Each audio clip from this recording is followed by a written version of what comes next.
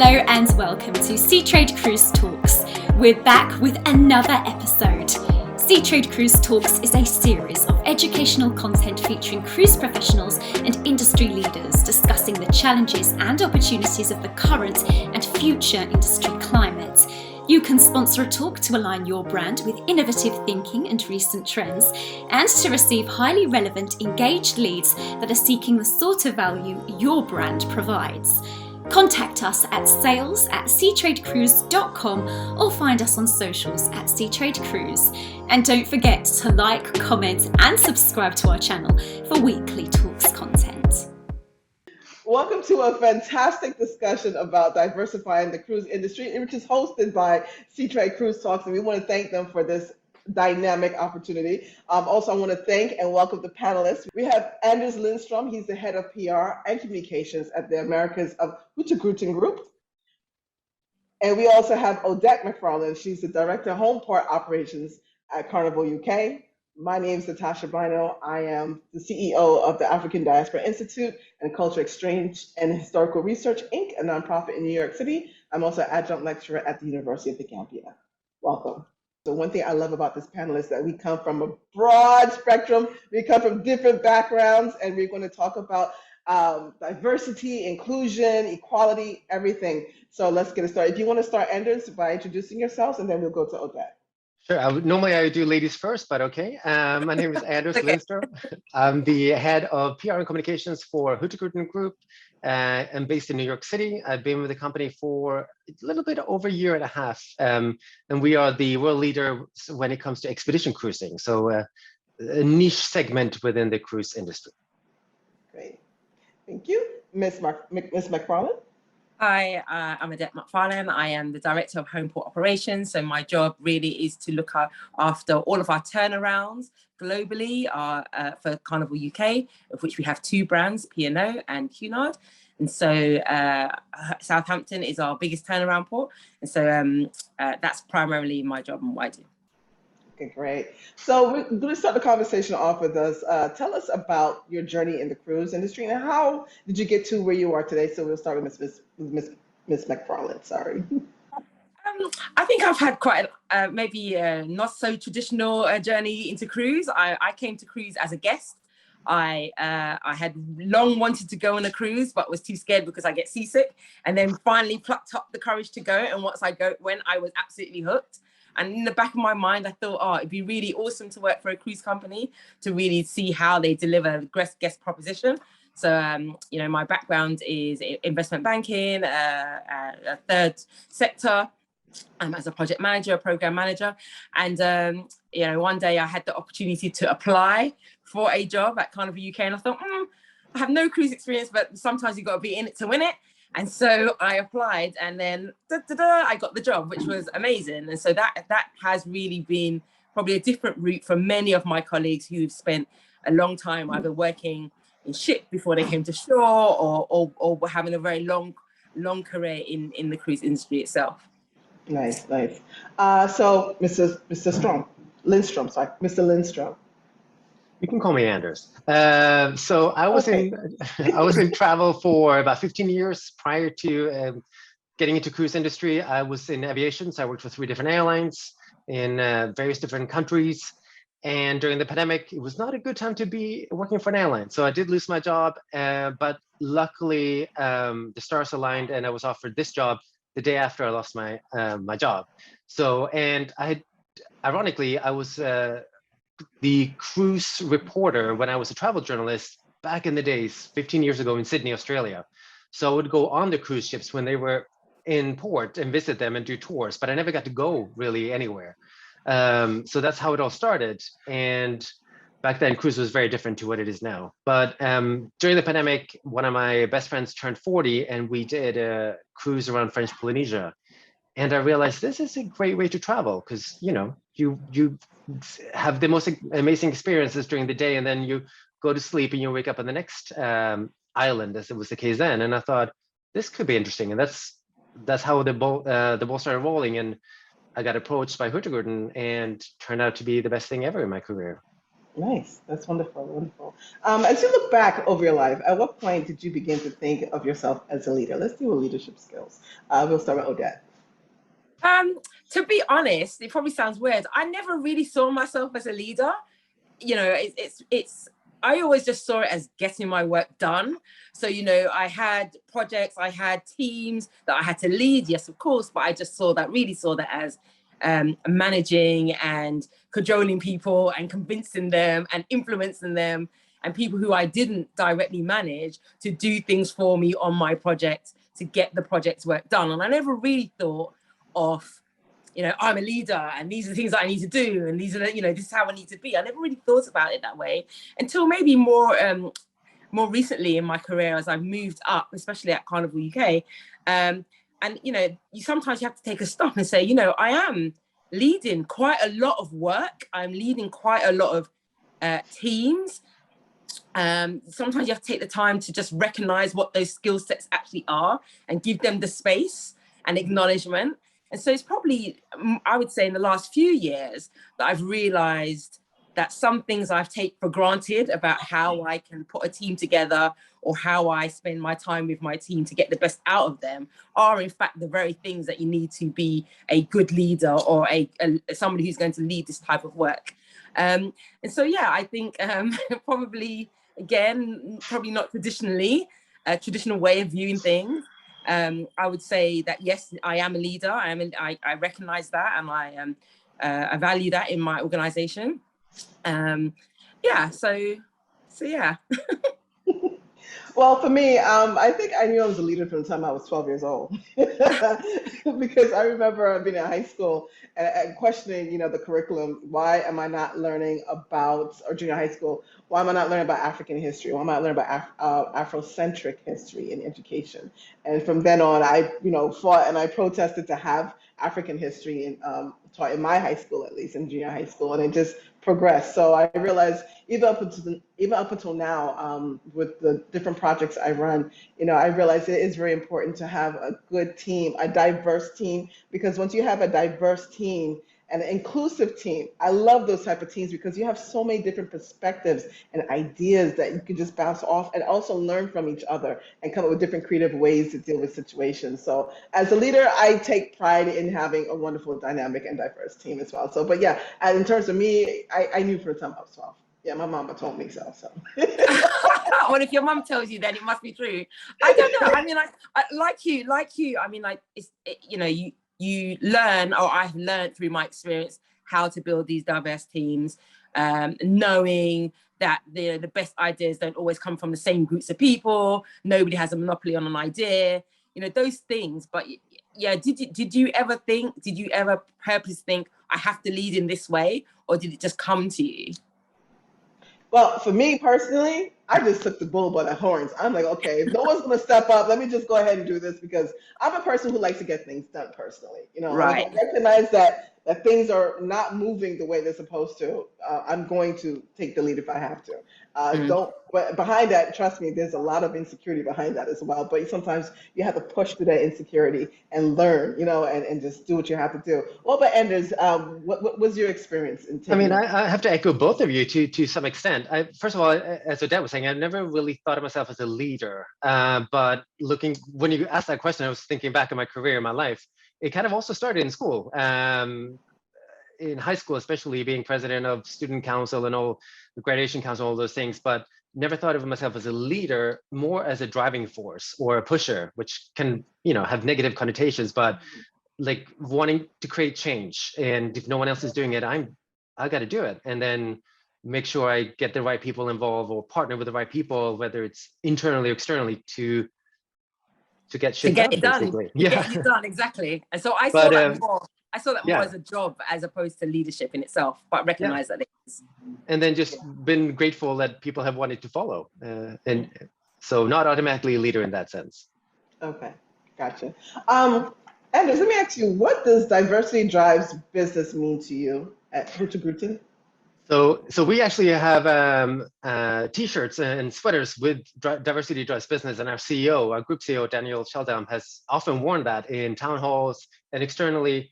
And because diversity, I mean, it's important on so many different levels, but if you don't look at it from the ethical point of view, what we're trying to explain to a lot of other companies is that it drives business, and in the sense that a diverse workforce creates a better workplace. Diversity among employees creates a more creative work environment, and the more diverse approach to everything we do creates a better guest experience. So, and we're in an industry, especially expedition cruise thing, it is very white. We have to be very realistic of that. So it's up to us, the players, to kind of change that. And that's why we launched the Black Traveler Advisory Board at the beginning of this year, where we have 6 phenomenal leaders within the adventure, outdoor, and travel industries, helping us identifying issues, pinpointing a number of ideas and plans that we need to do, and we have subcommittees. So it's so many different facets. But what we're trying to get others to understand is that it does help your company internally as well as externally, and why diversity is so important. Not only to look like you're a diverse and inclusive company, but actually doing it from the inside. Okay. And Odette, what does EDI mean to you at Carnival UK? Oh, I'd echo some of the things that Anders said. So for us, it's the same. We want to have an organization that reflects, that first and foremost allows individuals to come and be themselves when they're at work, and be authentically themselves. So that's really, really important to us. And so within that, you really want an organization that will thrive on that diversity. We go to so many places, and so we want our leadership and our leadership to reflect our workforce, that will reflect our guests. And so it really lands itself in all areas of our business. And it's not just sort of diversity in the most obvious ways. It also is about the way people think and the way people and where they actually come from, and being inclusive around policies and procedures and physical environment. So for us, it is very, very important. Going further, it's about attracting different talent and retaining that talent in your organization. And so if your organization doesn't look like how you want it to look, you're going to find it harder to bring those people in. I think decision making and thought is one of the biggest areas where diversity really makes a massive difference, especially in the way that we do things. So you just don't have the same types of people making those decisions all the time. They always land in the same place. That is not a healthy, it's not a healthy way to be, especially for, like I said, the amount of places that we go to and the communities that we touch. We just have to be able to reflect that in our everyday, in our working environment. So it's very important to the C.E.H.R. Okay, and I know you touched. Oh, sorry, Anders. Just to add to that, what Odette just said, if you have too many people of similar minds in one room, it's not going to drive the company forward, or at least not forward in the way any company would want to go forward. Right. So Odette, can you talk about the importance of representation in marketing? Oh, yeah. So I think so sometimes this can be a bit of slippery slope, right? So we want representation. It is good. We all know and we all agree that, but it can't just be representation for representation's sake. It needs to be grounded in something and it needs to really reach people. So I think it's very important. More than I think at the first pass, it really allows different groups of individuals to see themselves in spaces that they might not think that are for them.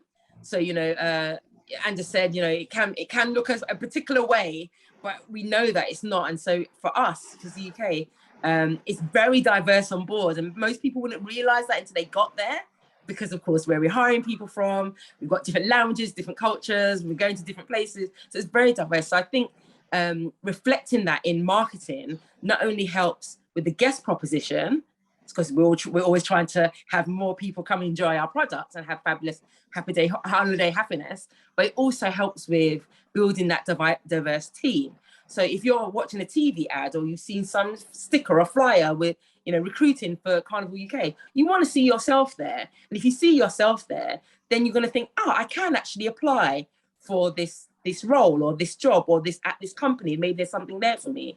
But it has to go beyond just putting different faces or different abilities on that flyer. It has to be something that's grown from inside, that is completely the DNA of the company, because you'll know once you get there, you'll know if it's real or not, right? You'll know if it's real or not. You'll know if it's sustainable or not. You'll know if it's the everyday culture for the company, and that culture ultimately can be just like pay and reward, I guess, a defining factor why you would go to one organization rather than another.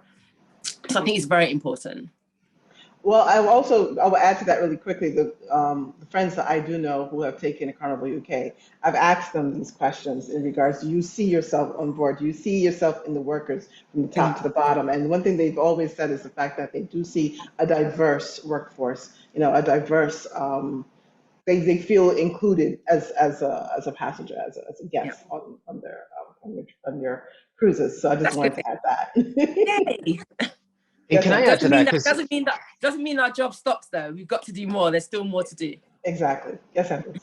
Sorry, if I may just add to that, because we have the challenge of that we don't have many travelers of color when it comes to expedition cruising, because it goes to more non-traditional destinations around the world, and also because in advertising across all the expedition cruise companies, it's been just white people. So visual representation is a quick fix in one way, but as you said, you obviously need to do more than that. But if a traveler of color don't see themselves in any advertising, they're not even going to think about those destinations. And that was the feedback we got when we brought the Black Traveler Advisory Board down to Antarctica. And they asked their friends or colleagues or peers that, have you ever thought of Antarctica? And everyone had told them no, because they didn't know anyone who'd been to Antarctica. So why would they go? And then they went and they're like, why can't we go? Everyone can go. So it's very important, visual representation, but then also backing it up, of course. So to add to your point, Anders, speaking to friends who do a lot of cruising as well, one of the things I did take from them is the fact that in terms of representation, especially in ads, when you see people of color, it's mostly, I hate to say it, but they're serving somebody. They don't see themselves as the person, actually enjoying the cruise, and taking part in the activities. I'm even going to go even as far as in terms of when they get to different destinations. A lot of from what I understand, speaking to different people, once they reach those different destinations, the tour companies that they align themselves with more or less always teaches or shows, the plantation homes, opposed to say maybe where in Barbados the 1860 rebellion happened, or the 1675 rebellion, are places where free blacks may have lived and accomplished a lot, So these are different, to me, representations that also need to be shown on the ground as well once the guest does arrive at that destination. I agree. I think there has been a shift from what I see personally when I've travelled, about what that tour experience looks like. I think guests and travellers, I think some of it is just the openness of travel now, right? So it's no longer you have to wait for somebody to come back with their printed pictures to show you what the place was like. Now we can literally see a destination on Instagram. We can, there's so many bloggers, there's so many digital ways of seeing places that we need more than just going to the hottest beach place. We need more than just going to this cool Instagrammable thing. We want to interact more with the locals, people. We want to interact more with the culture. Yes. And I think that I feel like that is now the next place, one of the next places. And you sometimes see, I think you sometimes see maybe smaller organizations doing, here's a walk in this place, or come to this home, or come to this particular place and learn about really intimately about the culture and this family or this settlement or wherever it is. So you get a much richer cultural experience as opposed to, or alongside your more traditional, we're going to go to over here and we're going to go and see the latest, or we're going to go see the ruins, or we're going to go and see and I think that there's probably a lot of work that that tour operators and ourselves, actually, to be honest, can do to foster more of that type of tour, I would say. Yes, so Odette kind of described expedition cruising and what we do to some extent there, because that's obviously the culture experience, and and working. So one thing that's extremely important for us is working with the local communities everywhere we go and supporting them, but also to help them get the most out of the cruise ships, because that's obviously also very important to the local communities of getting their values worth and not being taken advantage of larger cruise companies, as unfortunately happens in many destinations. Yes, I was going to say, Anders, I was going to talk about your passion to forge stronger partnerships and alliance with many different companies. Yeah. So, I mean, I think one thing that is sadly sometimes forgotten is the importance of allyship. Obviously, I'm not a traveler of color, but being a gay man and having worked on diversity and inclusion for well over a decade, the importance of having allies. So in my case, it's been straight bosses and straight colleagues helping support whatever I proposed, and the same thing now. And a lot of people I've met who are white or Caucasian, they always like, well, what can I do? I'm not a traveler of color. It's like, but allyship is so important, and the way you can support is endless. But people don't always think about that. Mm-hmm. It's true. So, Odette, do you have anything to talk about or add to partnership and allyship? No, I guess I would just echo what Anders said there. I think it's there's a fine line. I think some people do it better than others. I think there needs to be, I don't know if we can like say what the allyship actually is in all circumstances, but yeah, if if you're in a position where you can support your colleague, not by taking over or stepping in that space, but allowing or making sure the space exists, creating the space, pushing people away so that space can be maintained and be protected for that individual. I think that's always going to be sort of the best starting place. But I think it's a very hard thing to finitely define what allyship is. I think it's quite tricky, and people see it differently. Also, I also think there's something about the relationship you have with the person. So that could also change how far they might go for you, and they kind of know your sensibilities, and so that will change how it looks, how it appears. So, yeah. And I want you to know that this panel discussion is brought to you by and hosted by C.E.H.R Cruises. We want to thank them so much for this opportunity to bring further light to the cruise industry in terms of diversity, inclusion, and equality. Now, I have a question. So I want to know, how many companies across the industry you think could help tell underrepresented stories? Oh. I think what is most important here is that whatever they do is organic and not doing it because they feel forced to do it, because that can go very wrong. And if they are, whatever they're going to do, look inside the company first and see what internal resources they have, talk to them, listen to them. They might not be the best person, but they might have an idea of how to do it. But I think it's so important that it's organic, because we've seen so many cases within the diversity and inclusion or DEI spectrum where companies feel they have to do something, and it just hasn't worked that well for some of them.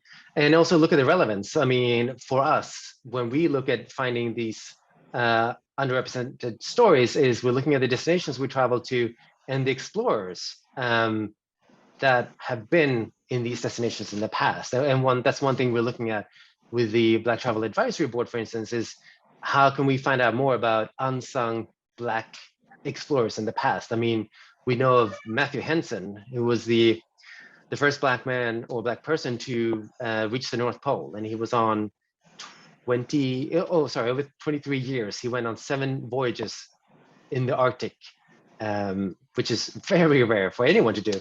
And then there's George W. Gibbs Jr., who was the first Black man to reach Antarctica in 1940. But those are 2 of very few people that we know of after some research. So that's what we're tapping in to find out others. So there's so many underrepresented stories and people out there, but just using your own resources first to find them, I would say.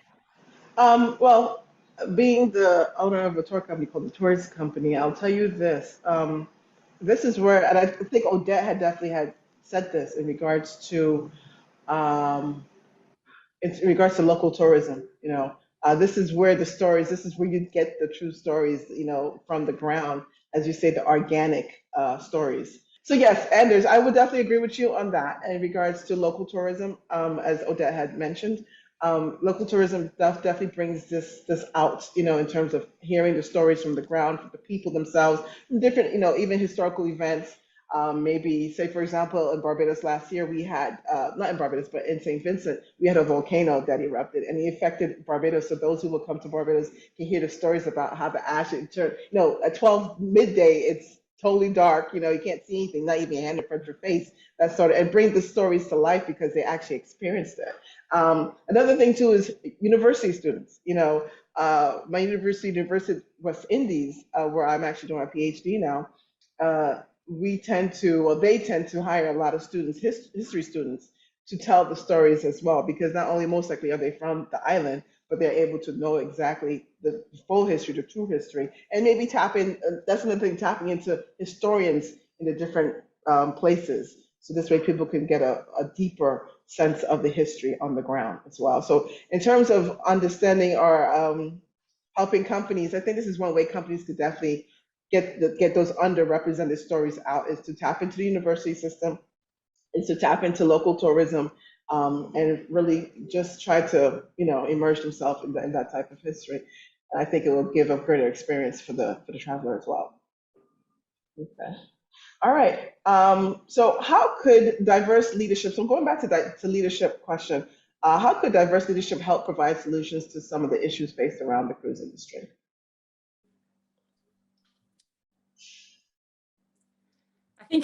For me, I think it goes back to having this kind of group think and group thought, and getting away from making sort of the same decisions if everybody comes from the same sort of grouping background or position. That we talked about, yes.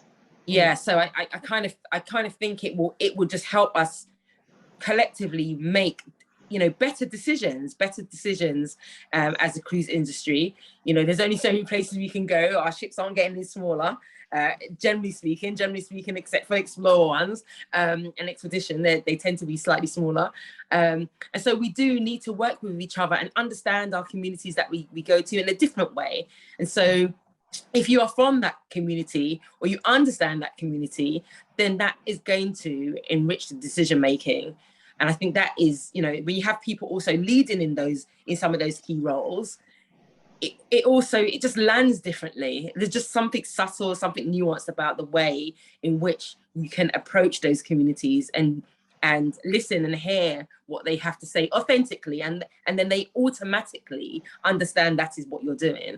And so, I think it's all good. We need to push for it more. It needs to be there. We need to do what we need to do to ensure that we can get more diversity into those top leadership roles. It is very white still. I don't think there's any denying that. But yeah, this is where the work is. This is where the work is. I completely agree with that. Everything you just said. The only thing I'd like to add is that I think diversity also brings more empathy, which is very important across the board. Yeah, that's a very good point. Very, very good point. I want to ask a question. Do you know what percentage of Black leadership roles there are in the industry? I'm just curious if anyone would know that answer. No, I don't know. Okay, so maybe that's an area of research that we could definitely conduct to bring more inclusivity to the industry as well. I think I would just say that, and so Anders said it. It's kind of everybody's business. It's not DI is not one set of people, one set, in the HR department trying to push it out and push it onto people. It's for everybody's benefit. I think there's been so much research and so much studies showing the benefit of diverse teams in different ways. You can be diverse, and that it does drive better business practice, better business outcomes. So so it should be a slam dunk. Everybody should really understand that. Outside of the moral kind of reasoning for doing it and being more diverse, But I think it is everybody has a hand in, in making it more diverse and thinking about different ways in which people can be included in our business, because ultimately it will lead to a much nicer working environment, a happier workforce, and happier guests, and that ultimately is what we're here for. I have a question. So, should more companies around the industry adopt blind hiring procedures? I think that in itself is I think is a tool, but I don't think it is the only thing. Again, I think it's like the marketing thing. It's an obvious tool to use up front, but then when you're having those interviews, now we start to talk about bias, and or you see a particular name. Even sometimes if it's blind and it comes to you, you still at some point your own bias starts to come in. So it's more. I think you have to think about. You really have to start honing on what does inclusion really mean, and how am I being inclusive when I look at this CV or speak or have an interview with somebody, and challenge your own bias. So we have a lot of Carnival UK, we have a lot of training about inclusivity and your own bias and the different types of bias that you don't even realize, because some of it's unconscious, of course. You don't even realize you're doing until somebody's, hey, did you think about X, Y, and Z? And so I do think it's a tool. There's no doubt about it. But again, it has to be rooted in more than that, in a whole practice of how you hire and what your recruitment process looks like. Anders? I can only agree with that. I mean, we've done a lot of training from the leadership, starting with the leadership training on inclusivity. So really going from the top down, because it's so important for us. And we did an employee survey at the beginning of the year that will hopefully also lead to better understanding. That's true. So, Anders, what made Hurtigruten Group put DEI as a priority? I mean, the simple answer is because it's the right thing to do. But we also we see the value of it. We are a Norwegian company that's been around for 130 years next year. So in Norway, it's not that diverse workforce, and that's just the nature of Scandinavia, or as it is in many countries. And now, obviously, it's a more global company, and we're seeing the need to be more diverse within the company, but also we're noticing, obviously, our guest portfolio is a lot more diverse. So we started thinking about how to kind of being one step behind to now being in the forefront and really, really focusing on this. And this comes straight from our group CEO and the leadership group, or the executive leadership group, making this a top priority. And this goes from the Black Travel Advisory Board, travelers of color, LGBTQ+ travelers, all the different diversity and inclusion groups. All right. So for me personally, the main takeaways are definitely for cruise ships to align and partner with more, indigenous and people of color companies to help bring across the underrepresented stories, to bring the authentic experience to the traveler, and also seeing more people of color in higher positions, maybe as a captain or the cruise director, which I hear a lot of cruise directors, by the way, are people of color. I've gotten that speaking to trust me, I did my little research on the side, and then we're really happy to see that. But in terms of like the higher, even the CEOs of these cruise companies, it'd be nice to see some people of color and indigenous people as well in these positions. So that's just my personal takeaway. And I want to thank you so much. And don't forget that this is going to be put on YouTube as well for everyone to be a part of and to see. And I want to thank, on behalf of C.E.H.R Cruise Talks, for having this discussion about diversity, inclusion, and equality. I want to thank you, Anders, and thank you, Odette, for taking your time, for talking to us and giving us greater insight as well. And I want to thank the audience for being here as well and even taking the time to watch this wonderful talk. So once again, thank you so much. Thank you, Natasha. Thank you. Thank you.